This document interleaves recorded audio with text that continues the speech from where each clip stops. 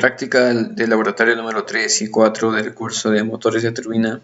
En este video hablaré acerca de mis conclusiones y de la interpretación de resultados que obtuve después de realizar estos laboratorios, que consistieron en entender acerca del conducto de emisión, remoción, inspección e instalación, y de la sección compresor, descripción e inspección.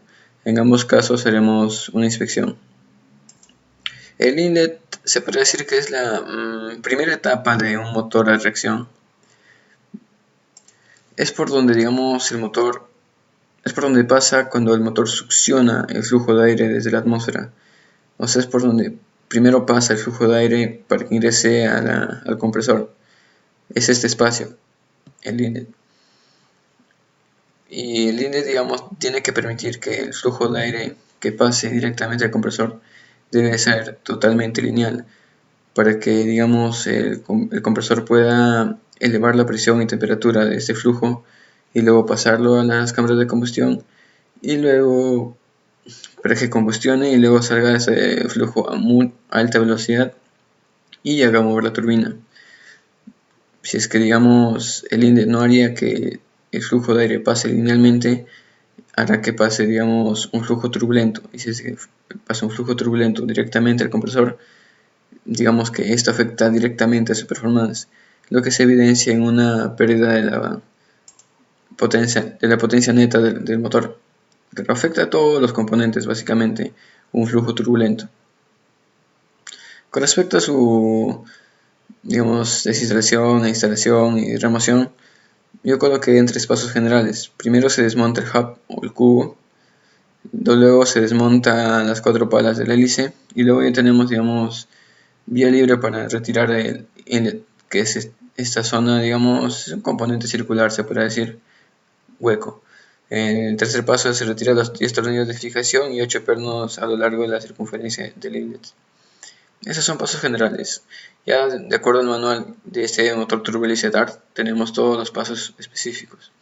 Aquí tenemos también el oil cooler intake, que es por donde pasa el aire de impacto y va directamente al aceite del motor, al reservorio del aceite del motor, y se enfría totalmente por el aire de impacto. Es muy importante este ducto. También tenemos una conexión trifásica. Esta va directamente al de-icing de las palas, pero si queremos un de-icing del inlet, utiliza el bleeder de los motores, que hace que se lleva por medio de ductos hasta el inlet y luego se libera a cada cierto tiempo el bleeder a lo largo de la circunferencia del inlet. Esto se hace para evitar la formación de hielo, porque si se forma hielo en el inlet, es posible que también genere un flujo turbulento. Si hay un flujo turbulento, el motor no va a trabajar, de forma óptima.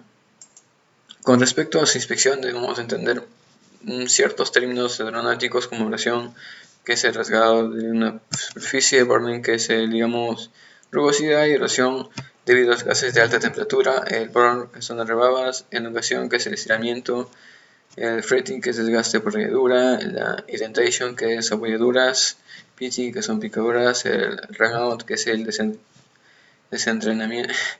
descentramiento, que es cuando un eje no está en su centro. Más que nada es cuando el eje no está donde debería estar. algo obvio. El scoring es la puntuación o ranuras profundas en una superficie causada por la abrasión. Aquí tenemos la inspección baroscópica del inlet de un motor turbohélice Dart con el MM Dart capítulo 72-1, página 202D. Aquí tenemos el oil cooler intake, las condiciones que presenta burning, corrosión, rajaduras, galling, pitting, pero es serviciable porque se puede corregir todas estas fallas. En este caso tiene algunos golpes que pueden ser corregidos. Tenemos también el air intake cooling, que presenta pitting, borders, corrosión, galling, es serviciable. También tenemos el push air supply to water methanol and unit, que es que por donde hacemos ingresar agua y metanol a los compresores. De esta manera aumentamos la densidad del flujo. Si aumentamos la densidad, va a aumentar la potencia. También tenemos el lower bevel hosing, que presenta corrosión, burning. También tenemos el oil feed to main bearings. En este caso es serviciable porque solamente presenta corrosión, un fritting, unos signos de combustión. Además tenemos el rubber outer cover, que digamos es la zona más, digamos, que tiene más área dentro del inlet. Presenta corrosión y algo de burning. Tenemos el intake outer cover, que es también una zona grande o un área grande del inlet. También tenemos el electrical de-icing connection, que en este caso va directamente a las palas.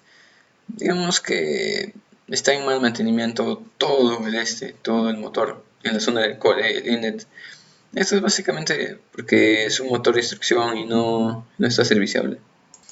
También debemos entender que es una onda de choque, que en realidad es aire a presión que se concentra a Europa en la entrada de los difusores de entrada. Si estas ondas se forman en cualquier parte del difusor, entonces crearán una variación del flujo de aire. Cuanto mayor sea la onda de choque, mayores variaciones en presión, velocidad, densidad y temperatura. Esto es indeseable. Estas variaciones en el flujo suave de aire son las que causan la mayoría de los fallos del motor. En el caso de los turbohélices también hay problema cuando se genera, digamos, la caja de engranajes y se coloca el hélice, porque, digamos, el flujo de aire no ingresa directamente al compresor, tiene que haber, digamos, una desviación, y esto genera que a veces no sea el flujo tan linealmente como se desea. Luego trabajamos con el compresor de un motor Rolls-Royce Dart, que es un tipo turbohélice, compresor centrífugo de 2 etapas, tiene 7 cámaras de combustión, turbina de 3 etapas, la combustión es de querosene, potencia de 1800, la compresión de 5,41 y el consumo de aire es de 9,7 kg por segundo.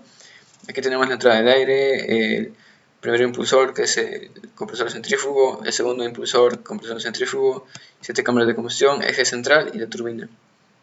Ese es el motor Dart.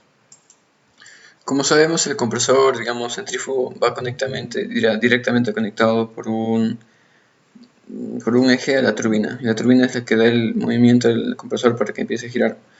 Cuando el compresor empieza a girar, este empieza a succionar aire por medio de su centro, o sea, succiona. Como el compresor empieza a girar, va jalando al aire. Una vez que va jalando, va aumentando la velocidad y toda la presión. Y empieza en la punta, pero desde acá, desde su centro, digamos que tiende a jalar el aire hacia las puntas, hacia los bordes de salida, a las puntas, a las puntas, a las puntas. De esta manera el aire sale digamos, a alta presión y a alta temperatura. Y una vez que se colocan las puntas de los álabes a la salida, pasan directamente al difusor.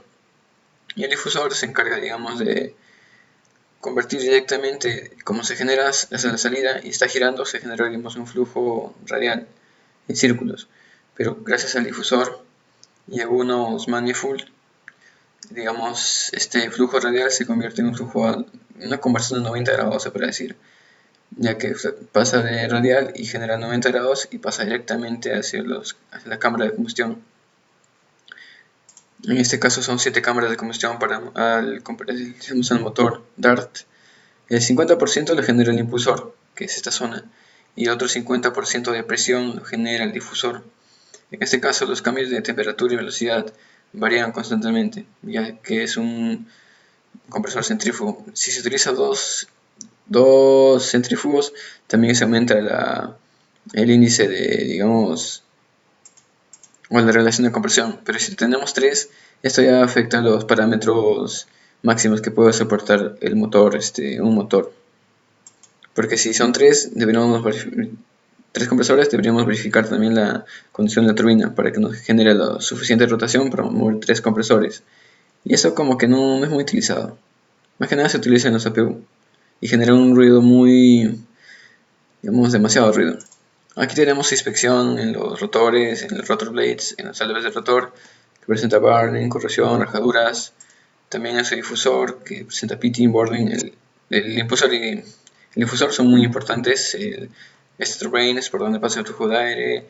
El pasaje entrada de alas en álabes. El compresor de manifold es donde pasa directamente desde el compresor hacia las cámaras de combustión. La descarga del compresor. También tenemos la carcasa, que digamos, se puede decir que es el estator. Teóricamente, digamos, es el rotor, porque parece estático. Y como pasa por aquí el flujo de aire, también gracias a este se genera gran presión. Tenemos el drive shaft que une, digamos, el compresor con la turbina. y eso sería todo. Acá tenemos que tiene pitting, corrosión, Galen, casi todos los componentes de este motor tienen grandes desgastes como pitting, quiñaduras se podría decir, pero como es instrucción no pasa nada. Y si es que se hace un correcto mantenimiento, sí se podría volver a utilizar, digamos, los compresores y las turbinas.